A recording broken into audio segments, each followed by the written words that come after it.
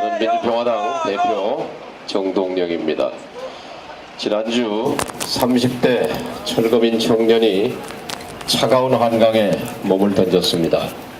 그는 이렇게 유서를 남겼습니다. 아현 단독주택의 어머니와 살고 있던 37살 청년 박준경 씨는 지난 사흘 동안 집이 철거된 뒤 씻지도 먹지도 자지도 못했다. 내일이 오는 것이 너무 두렵다. 나는 자살을 선택한다. 나는 비록 하지만 뒤에 남겨진 우리 어머니에게 임대 아파트가 주어졌으면 좋겠다.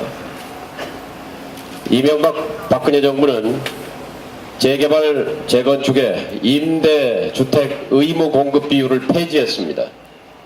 그래서 철거된 서민들이 임대주택에 들어갈 기회를 박탈했습니다. 정치가 저지른 대표적인 적폐입니다. 우리 사회에는 수많은 약대 집단이 있습니다. 숫자가 많은 대집단인데 정치적으로는 무력하기 짝이 없는 약대 집단, 자영업 소상공인 650만을 헤아리지만 정치적 대리인은 제로입니다. 국회의원 300명 중에 자영업하는 사람 한 명도 없습니다. 비정규직 중소기업 노동자 700만, 정치적 대리인 제로입니다.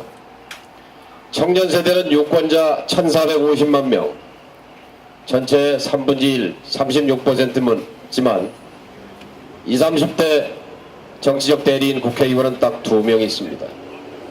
농민 300만 가운데 자신의 대리인이라고 부를 만한 사람은 1명 될까 말까 합니다. 우리 사회의 90%의 사회적 경제적 약자는 식탁에서 앉을 의자가 없습니다. 그냥 식탁에 둘러앉은 사람들은 기득권이거나 정치인들입니다. 식탁에 앉을 권리를 박탈당한 이 땅의 주권자가 90%가 넘습니다. 이것을 바꾸자는 것이 연동형 비례입니다. 이것을 바꾸자는 것이 정치개혁이고 선거제도 개혁입니다. 2천만 촛불이 요구한 핵심은 내가 나를 대표한다는 것이었습니다. 대한민국의 대의민주주의가 고장나 있다는 절규였습니다. 이것을 고치자는 것이 선거제도 개혁입니다. 다른 대한민국은 가능합니다. 지금까지의 대한민국이 아니라 이명박 박근혜 시대의 대한민국이 아니라 촛불 정부를 만들었다면 그에 걸맞는 정치개혁, 선거제도 개혁을 통해 다른 대한민국으로 가야 합니다. 그러기 위해 우리는 연좌농성을 하고 단식투쟁을 하고 가두투쟁을 합니다. 선거제도 개혁 없이 대한민국은 포용국가로 갈 수 없습니다. 포용국가가 돼야 포용사회, 포용경제가 가능합니다. 포용사회는 복지사회를 말하고 포용경제는 경제민주화를 말합니다. 포용정치는 합의민주주의를 말합니다. 이것은 세트입니다. 문재인 대통령은 포용국가를 말하지만 단지 구호일 뿐입니다.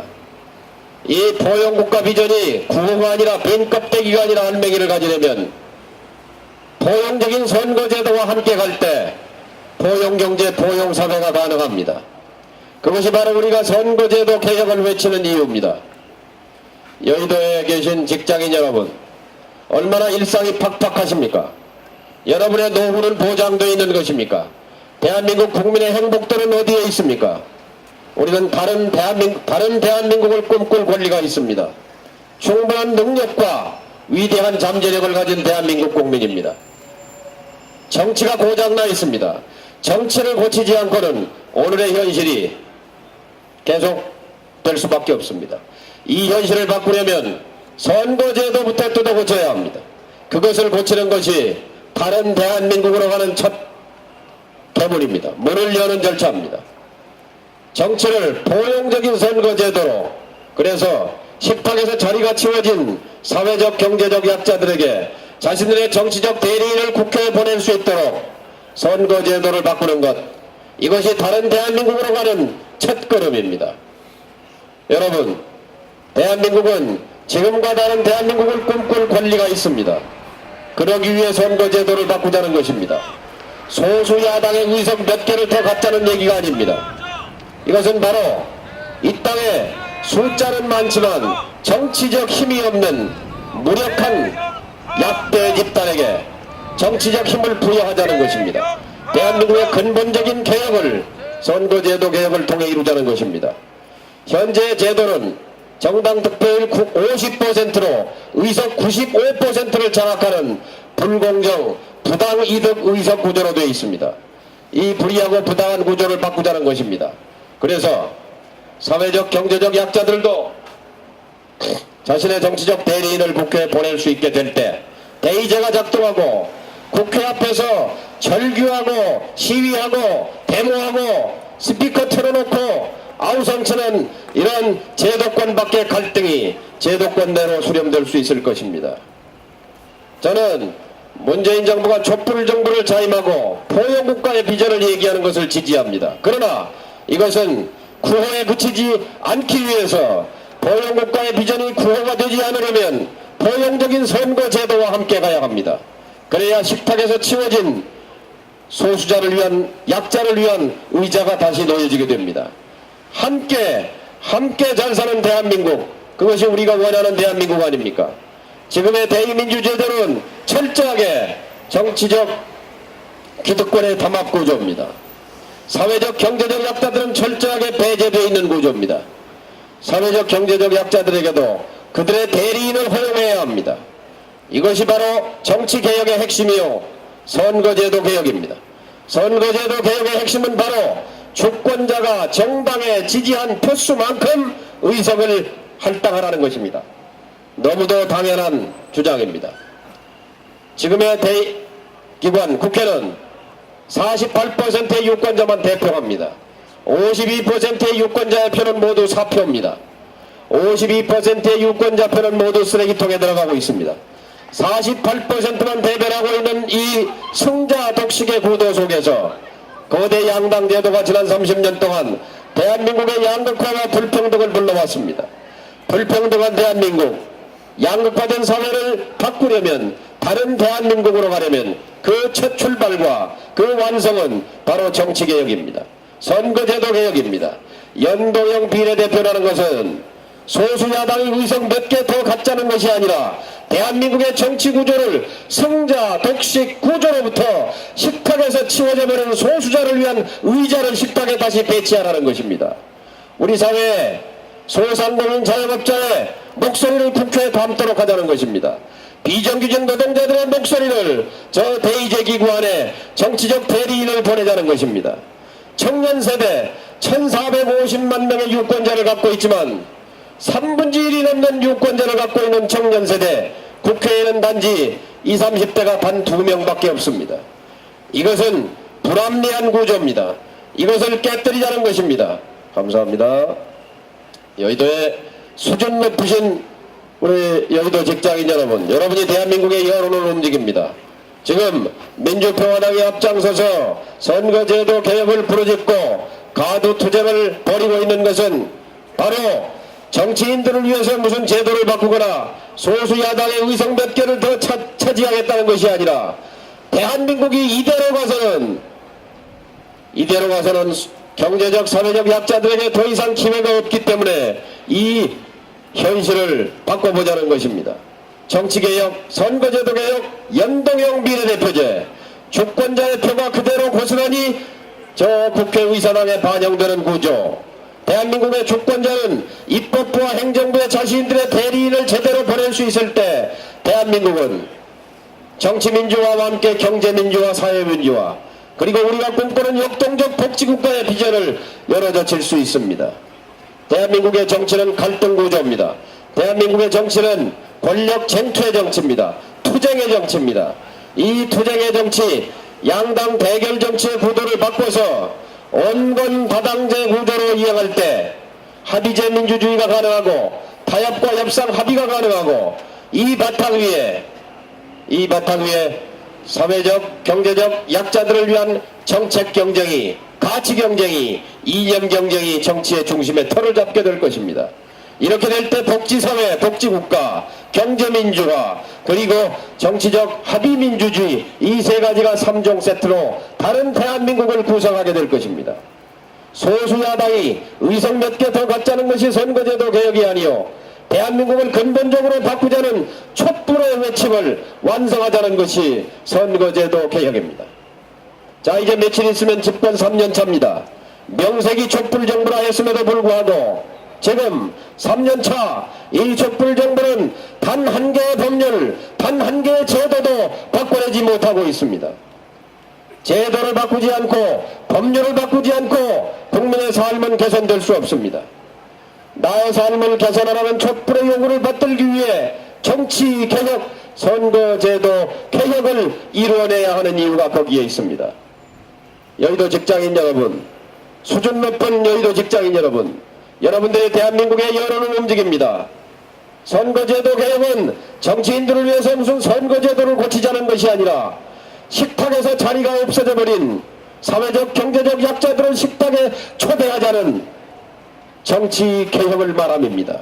여러분, 우리 사회의 90%는 소상공인 자영업자이거나 비정규직 노동자이거나 중소기업 노동자이거나 청년세대이거나 농민이거나 힘과 목소리가 없는 사회적 경제적 약자들입니다. 그렇지만 이 90%의 강점은 숫자가 많다는 것입니다. 이 숫자가 많다는 것을 정치적 힘으로 전환시키고자 하는 것이 선거제도 개혁입니다. 연동형 비례라는 것은 바로 숫자에 비례해서 의석을 할당하라는 것입니다. 주권자가 준 표수만큼 의석을 할당하라는 것입니다. 지난 지방선거에서 더불어민주당은 서울시에서 50%의 정당 득표를 갖고 의석은 서울시의원 92%를 장악했습니다. 경기도에서 정당 득표율 52%를 가지고 의석은 95%를 장악했습니다. 이 같은 부당 이득 의석을 50% 지지받았으면 50%만큼 갖고 10% 받았으면 10%만큼 의석을 국회에 보내자는 것이 선거제도 개혁의 핵심입니다. 여러분, 20, 30대 청년 국회의원이 100명이 국회에 있다고 생각해 보십시오. 비정규직 소상공인 국회의원이 30명, 50명 국회에 있다고 상상해 보십시오. 비정규직 노동자 국회의원이 30명, 50명 국회에 있다고 생각해 보십시오. 농민 국회의원 20명, 30명이 국회에 있다고 생각해 보십시오. 대한민국 정치가 달라집니다. 다른 대한민국이 도래하게 될 것입니다. 여의도 직장인 여러분, 수준이 높은 여의도 직장인 여러분, 여러분이 대한민국 여론의 중심입니다. 민주평화당이 선거제도 개혁을 외치는 것은 저희 당이 의석 몇 석을 더 갖고자 하는 것이 아닙니다. 대한민국이 달라져야 한다는 여러분의 염원을 대변하는 것이 바로 선거제도 개혁이요 정치개혁이라고 믿기 때문에 이 연동선 안에 청와대 앞에 가서 1인 시위를 벌이고 낮 시간에 여러분께 호소하고, 그리고 지금 국회 로텐다운에서는 손학규, 이정미 두 야당 대표가 단식 투쟁을 벌이고 있습니다. 이것은 야당이 의석 몇 개 더 갖고자 하는 것이 아닙니다. 여러분, 대한민국을 바꿔야 하지 않겠습니까? 박근혜 때 세상과 지금 세상은 달라야 하지 않겠습니까? 그러나 현재까지 바뀐 제도는 아무것도 없습니다. 바뀐 법률은 한 가지도 없습니다. 검경수사권이 바뀌었습니까? 검찰개혁이 이루어졌습니까? 공정거래법이 바뀌었습니까? 재벌개혁이 이루어졌습니까? 공직자 비리수사처가 설치되었습니까? 개헌이 이루어졌습니까? 선거제도 개혁이 이루어졌습니까? 아무것도 된 것은 없습니다. 자, 이제 정치개혁, 여기서 물러설 수 없습니다. 선거제도 개혁, 행복한 대한민국으로 가기 위해 제도를 바꿔야 합니다. 법률을 바꿔야 합니다. 여러분의 지지가 필요합니다. 여의도 직장인 여러분이 이 연동형 비례가 뭔지 주목해 주셔야 합니다. 왜 저 사람들이 선거제도 개혁을 외치는지 여러분이 일어서셔야 합니다.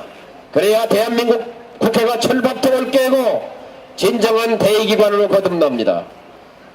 지금 대한민국은 행복하지 않습니다. 여러분, 양당제 권력투쟁의 정치를 하는 나라, 대표적인 나라, 대부분 양극화 불평등이 심한 나라들입니다.